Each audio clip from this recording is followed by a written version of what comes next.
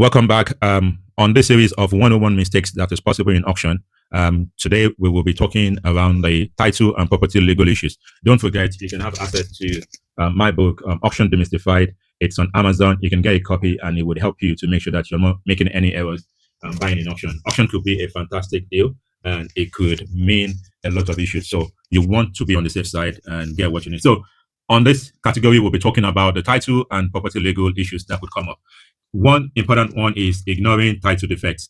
Your title is it's possibly the most important thing. If your title is not perfected or is not correct, then you're buying the wrong land, the wrong property. So most times your solicitors will sort this out. But if there's any defect that's been identified in the legal pack, which is why it's important for you to read your legal pack, you want to make sure that that is addressed, because you want to find, is there a resolution to that? Because if you don't have the right title in place, then that is a very big issue. So number 38 is talking about ignoring title defects. You want to avoid that. Number 39, we're talking about not resolving boundary disputes. So as part of your legal pack as well, you would find out if there is boundary issues. Boundary issues could be with the neighbors, it could be with the local authority or local assets and stuff. You want to make sure that that is understood and that is ironed out. Yes, you've got a very short time, which is why you want to be careful before committing yourself to buy any property in auction. But these are issues that come up that could cost you losing your money in auction. Number 40, it's missing indemnity insurance requirements. A lot of times, maybe you have a property that already has some indemnity insurance on it,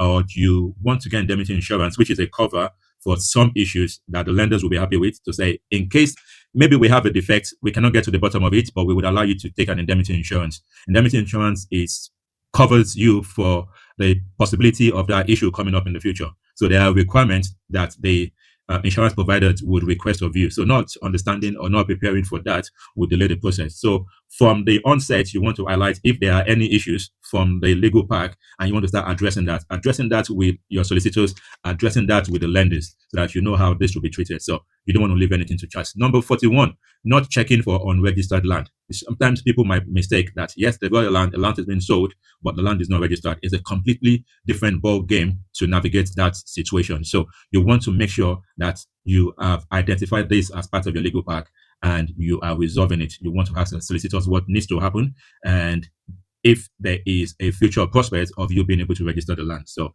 there is a process you need to understand, and I encourage you to make sure that you're starting that conversation early. Number 42 is overlooking missing dates.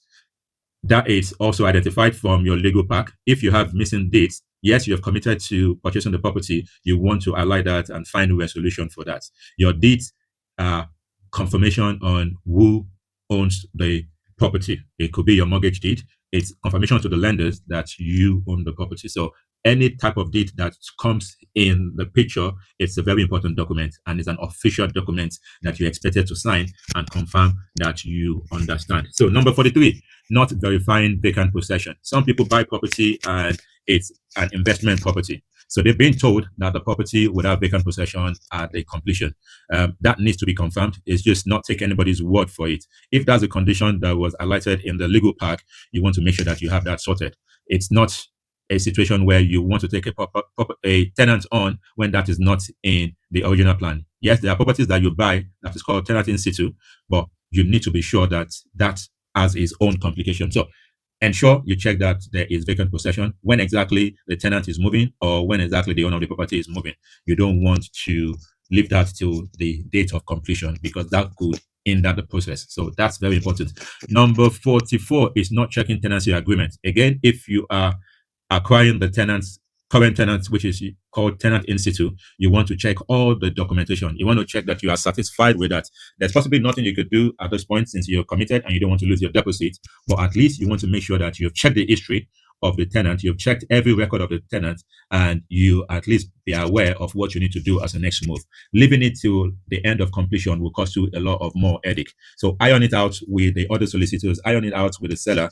Either you're buying directly or you're buying from an auction house, you want to make sure that these things are ironed out before you complete. So as you can see, this category is mainly talking about issues from the legal pack. So it's important for you to check your legal pack. Check our blog post on legal pack, how to see the red flags from auction legal pack. So please make sure you go through the list, make sure you go through the checklist, and it would help you to identify potential issues that could derail the plan for the auction, or it could cost you a lot more in the future. So please go on our website, auction360.co.uk, and we have the blog section resources, and we have a checklist to help you to ensure that you are not affected by the legal pack issue. So this is part of our series 101 mistakes that is possible in auction. We are highlighting this so that you can avoid as many as possible and you can have a smooth process when you're buying in auction. If you have any question around property, around auction, around finance, my name is Deji Nehan. I'm the author of Auction Demystified, and we are here to help you as a platform, not just to help you with the finance, but to help you to demystify the risk element of auction so that you can ensure that you complete the process within the timeline required and you are buying something for growth and for profit, not a mistake that you cannot avoid. So please take the 101 mistakes seriously, and that would help you in your journey. Either you're buying in auction or not, this is very fundamental things that you need to be aware of. Let me know if you have any question. Please like, share, subscribe, and comment. We would love to hear from you. We would love to hear any questions from you. If you have any questions, we'll make sure that we definitely do a video to answer the question and send it to you. We are here to support you, so please use us as best as you can. Thank you.